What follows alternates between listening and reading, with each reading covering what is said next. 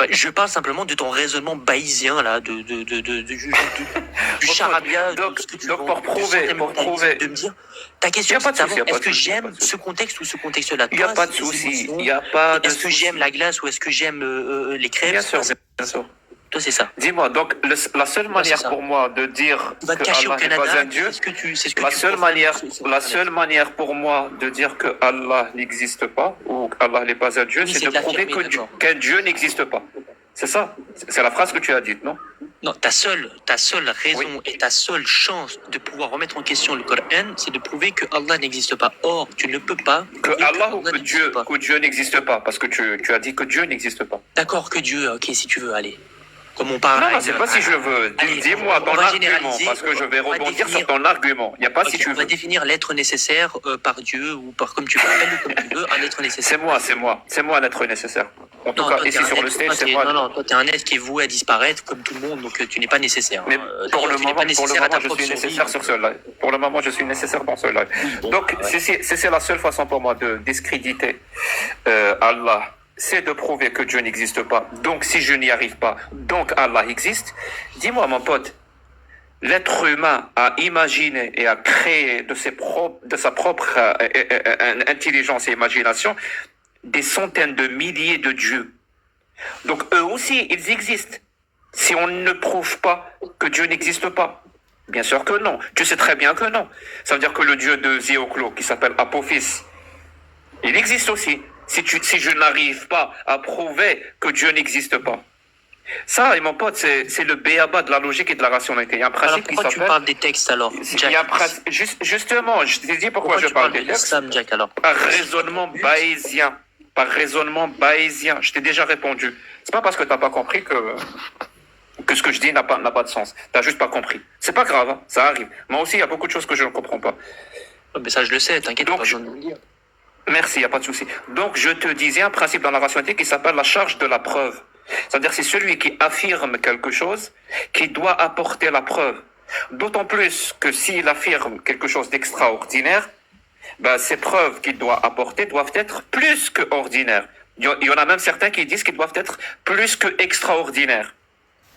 Tu comprends? C'est-à-dire, moi, par exemple, si j'affirme mon être nécessaire à moi. Si je te dis qu'il y a un dragon rose qui parle kabyle, qui vit sur une planète éloignée de nous de 50 milliards d'années-lumière, et toute la journée, il cherche un interrupteur qu'il ne trouve pas, parce que l'interrupteur est caché dans un trou noir. Si je te raconte cette histoire, et je te dis, donc, est-ce que c'est vrai ce que je dis? Toi, tu regardes mon histoire. Mon histoire, elle a l'air complètement farfelue, complètement irrationnelle, complètement illogique, ça n'a aucun sens. Tu me dis, est-ce que tu peux prouver ce que tu dis? Je te dis non. C'est à toi de prouver que ce que je dis est faux. Et si tu n'y arrives pas, donc ce que je dis est vrai. Tu sais, c'est la négation de la rationalité et de la logique. Et donc, quand on nie la rationalité, on est irrationnel. Quand on nie la logique, on est illogique. Il n'y a pas de souci. Tu peux être illogique et irrationnel quand tu parles d'Allah. Moi, ça ne me pose pas de problème. Ça me pose juste problème quand tu prétends que tu es rationnel et que tu es logique. Parce que visiblement, tu ne l'es absolument pas. Zéro. C'est pour ça que moi, quand je te parle de prémisse, parce que toi, tu me dis de prémisse. Le seul prémisse que je prends en compte, c'est que en 2024, on a plus de 4200 religions, avec je ne sais combien de centaines de milliers de dieux. Mais ça veut rien dire, Jack. Ils sont tous vrais. Bien sûr qu'ils ne sont pas. Il y a deux possibilités. Quand on a 4200 religions qui prétendent toutes être la vérité. Il n'y a que deux solutions possibles. Rationnellement parlant, il y a deux solutions possibles. La première solution, il y en a une qui est vraie et les 4199 sont fausses. Sont fausses, ça veut dire ne correspondent pas à la réalité.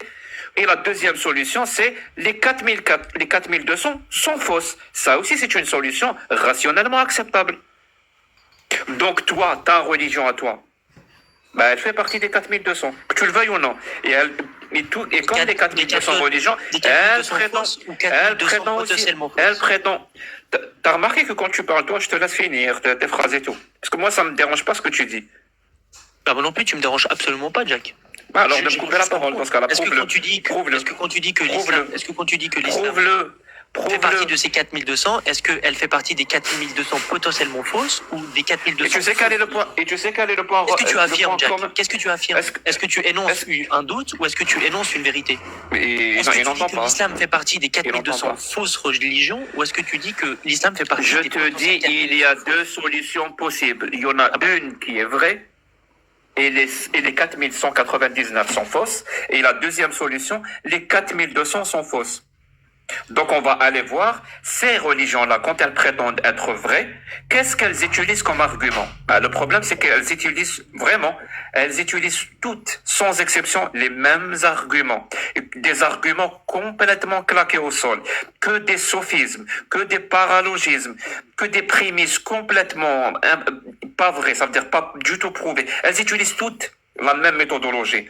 Et elle te parle de la foi, elle te parle de tout. Et en plus de ça, je décèle un point commun, c'est que pour défendre une religion, une personne qui défend sa religion, comme quoi sa religion est vraie, dans plus de 99% des cas, elle a adopté cette religion, non pas par réflexion ou par rationalité, mais juste par héritage et endoctrinement. Dans 99% des cas. Jack, ça.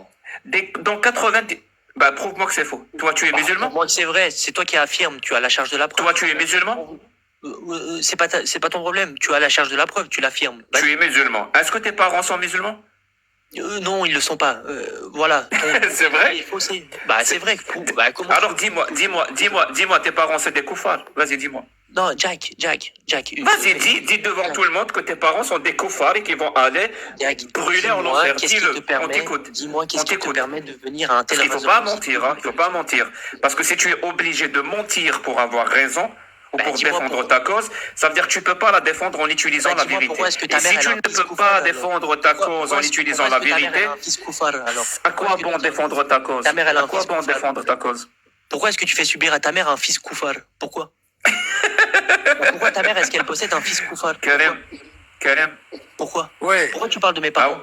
Je pense à la table, Dorka. Tranquille, là. Pourquoi tu parles de mes parents? Pourquoi? Est-ce que tu peux poser la question à ta mère? Qu'est-ce que ça lui fait? Est-ce que tu connais Zéoclo? Je te laisse avec Zéoclo et Karim. Je sais que toi, tu vas prendre pas de la patience. Moi, franchement, je n'arrive Hey, Jack, Non, mais vous lui avez gonflé tellement la tête qu'il se permet de parler des parents d'un tel ou d'un tel. Ça va pas ou quoi?